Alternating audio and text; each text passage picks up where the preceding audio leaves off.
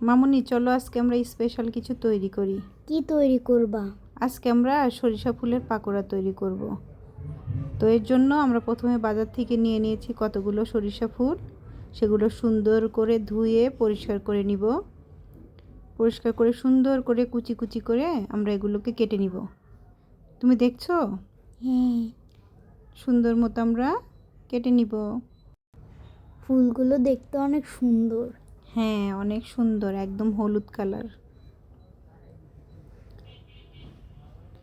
এখন আমরা এর জন্য কিছুটা ডাল তৈরি করব। তো ডালের জন্য আমরা নিয়ে নিয়েছি কতগুলো মসুরের ডাল এবং কতগুলো বুটের ডাল।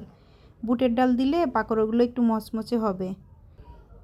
আমরা ডালগুলো সুন্দর মতো ব্লেন্ডারে ব্লেন্ড করে নেব। এর সাথে আমরা দিব কিছু রসুন কুচি এবং কয়েকটা স্বাদ মতো কাঁচামরিচ। সুন্দর মতো ব্লেন্ডার করে নিব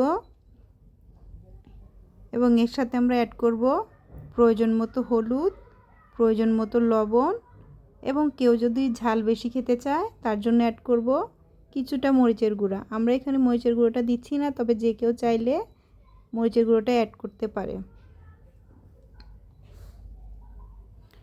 সুন্দর মতো এটা আমরা মাখিয়ে নিব এবং আমরা প্রয়োজন মতো 2 টেবিল চামচ ময়দা আমরা এখানে ব্যবহার করব বাইন্ডিংটা সুন্দর করার জন্য। যেহেতু সরিষার ফুলটা একটু ঝরঝরে হয়, একটুখানি আমরা ময়দা ব্যবহার করব।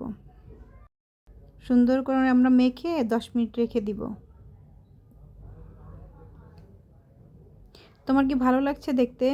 হ্যাঁ, অবশ্যই। এখন আমরা এগুলোকে সাদা তেলে ভেজে নিব। যে কেউ চাইলে সরিষা তেলে ভাজতে পারে, তবে আমরা সাদা তেলেই ভেজে নিচ্ছি। সুন্দর করে মচমচে করে এপিট ওপিট করে লাল লাল করে ভেজে নিলেই তৈরি হয়ে যাবে আমাদের সরিষা ফুলের পাকোড়া। তো আমরা ভাজতে থাকি। আমাদের ভাজাগুলো সুন্দর মতো হয়ে গেছে। এবার আমরা তুলে নেব এবং খাওয়ার জন্য তৈরি। একটা খেয়ে বলো তো মামুনি কেমন হয়েছে? কালারটা অনেক সুন্দর দেখতে, মনে হয় টেস্টিই হবে। হ্যাঁ, এটা আসলে খেতে অনেক মজা হয়েছে। আমরা খুব মজা করেই খেয়েছি।